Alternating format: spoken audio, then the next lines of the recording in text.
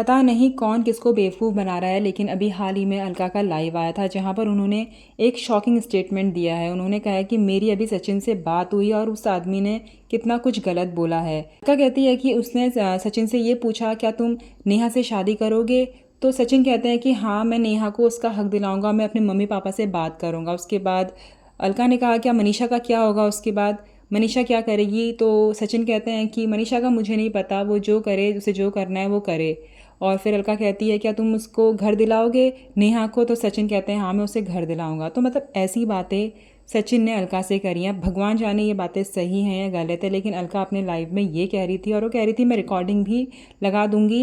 अभी लाइव में तो नहीं लगा सकती क्योंकि आप लोग को सुनाई नहीं देगा। वो व्लॉग डालेगी, उसमें वो रिकॉर्डिंग भी डालने वाली है, और इसके बाद तो दूध का दूध पानी का पानी हो जाएगा। लेकिन साथ ही में जैसे ही वो लाइव आया था, उसके बाद मनीषा ने एक कम्युनिटी पोस्ट किया जहाँ पर मनीषा ये कहती है कि जो भी हो रहा है मुझे समझ नहीं आ रहा है, जितना आपको पता है उतना मुझे भी पता है, मुझे कोई कुछ बोल रहा है। इस केस में नेहा तिवारी, अलका, सचिन तीनों मिले हुए हैं। बात को क्लियर कोई नहीं कर रहा है, इसलिए अब जो गलत है भाई गलत है। सचिन राज को भी नहीं छोड़ूंगी और नेहा अलका को भी, क्योंकि ये तीनों मेरे साथ गेम खेल रहे हैं।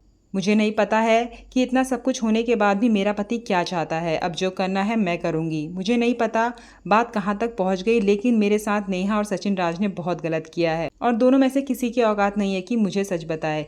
क्या प्लानिंग है इन लोगों की ये भी नहीं पता। तो मनीषा ने यह भी कम्युनिटी पोस्ट किया था, और इस कम्युनिटी पोस्ट को डिलीट कर दिया गया है सचिन के द्वारा।